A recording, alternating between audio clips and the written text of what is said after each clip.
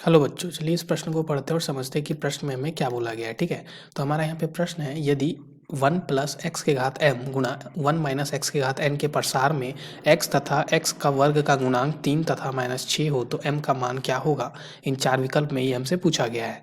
तो इस प्रश्न को हल करने से पहले हम मुख्य अवधारणा को देख लेते हैं। ठीक है, तो यहाँ पे हम बात करते हैं मुख्य अवधारणा की।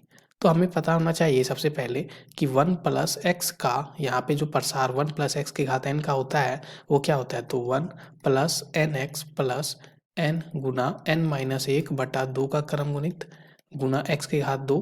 फिर यहाँ पे अगर हम देखें तो जोड़ n गुना n माइनस 1 n माइनस 2/3 का क्रम गुणित x के घात 3। ऐसे ही हमारा चलता जाता है। ठीक है, तो ये प्रसार। फिर अगर हम 1 माइनस एक्स, ठीक है, 1 माइनस एक्स के घात, यहाँ पे अगर 1 प्लस एक्स के घात m होता, क्योंकि प्रश्न में m था तो यहाँ पे m हम कर देते सिर्फ n के जगह पे। ठीक है, क्या कर देते, m कर देते यहाँ पे, तो ये m बन जाता सिर्फ। ठीक है, और दूसरे में हमारा जो है, दूसरे में हमारा क्या है यहाँ पे, तो दूसरे में 1 माइनस एक्स की घात n है। ठीक है, तो इसका प्रसार लिखे तो ये बन जाएगा 1 प्लस n।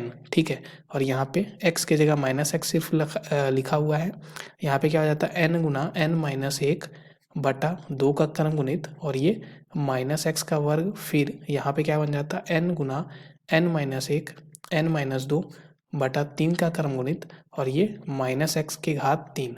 ऐसे यहाँ आगे चलता है ये। ठीक है, अब देखो यहाँ पे अगर प्रश्न में हम देख तो हमें पूछा है कि इन दोनों के प्रसार को अगर हमने गुणा कर दिया, ठीक है, तो हमें x तथा x का वर्ग का गुणांक चाहिए। तो यहाँ पे सबसे पहले हम क्या करते हैं, तो x का गुणांक ढूंढते हैं। तो x का गुणांक कहाँ कहाँ मिलेगा, तो देखो x एक हमारा, जब ये जो एक है वो हमारा इससे गुना हो जाए और फिर हमारा यहाँ पे जो mx है वो हमारा इससे गुना हो जाए। ठीक है, तो हमारा यहाँ पे क्या मिलने वाला है, x का यहाँ पे हमें गुणांक मिलने वाला है। बस इन्हीं दोनों में मिलने वाला है और किसी में तो मिलेगा नहीं। ठीक है, x का गुणांक, तो यहाँ से हम लिख सकते हैं, इसलिए x का गुणांक, ठीक है, यहाँ पे हम लिखते हैं कि 1 प्लस एक्स के घात m गुना 1 माइनस एक्स के घात n के प्रसार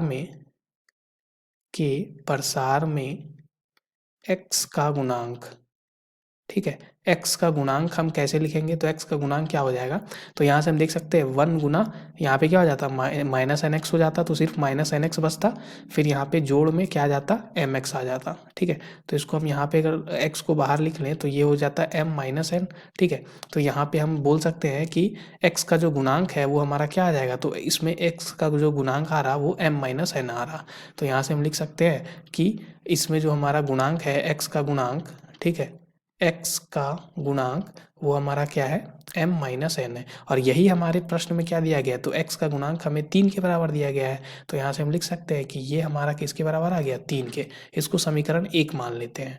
अब बात करते हैं हम दूसरा। ठीक है, तो दूसरा हमें क्या बोला था, x के वर्ग का गुणांक। ठीक है, तो x के वर्ग का गुणांक हमें कैसे मिलेगा वो भी हम देख ले। ठीक है, तो यहाँ पे x के वर्ग का गुणांक ढूंढते हैं अब इसमें।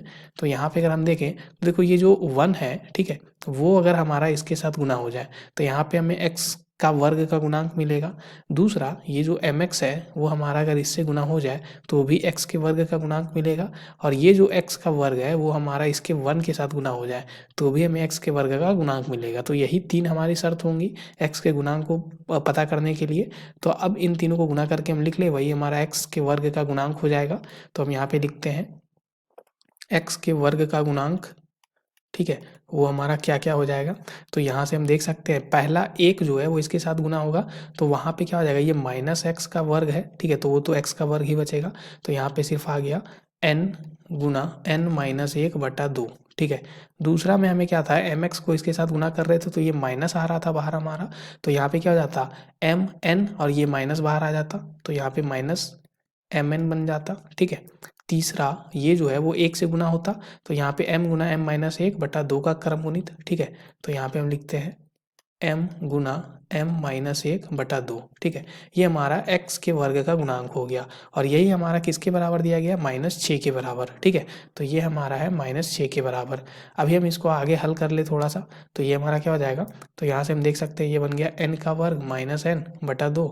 यहाँ पे क्या आ गया, m का वर्ग माइनस m/2 माइनस mn बराबर -6। ठीक है, अब इसको और आगे तो अब यहाँ से क्या करते हैं हम, ये जो हमारा पार्ट है, ठीक है, तो यहाँ से अगर हम ये जो हमारा 2 है उसको अगर हम यहाँ पे एलसीएम ले लें, ठीक है, तो ये ऊपर में क्या बनेगा, तो ये हो जाएगा n का वर्ग माइनस n जोड़ यहाँ पे m के जगह पे हम यहाँ से क्या निकाल सकते हैं, तो m के जगह पे यहाँ से 3 जोड़ n बोल सकते हैं, ठीक है, तो ये बन जाएगा 3 प्लस n का वर्ग, ठीक है, फिर ये 3 प्लस n बन जाएगा, m के जगह पे 3 प्लस n हम रख रहे हैं, माइनस यहाँ पे क्या हो जाएगा 3 प्लस n और यहाँ पे n, ठीक है, ये आ गया।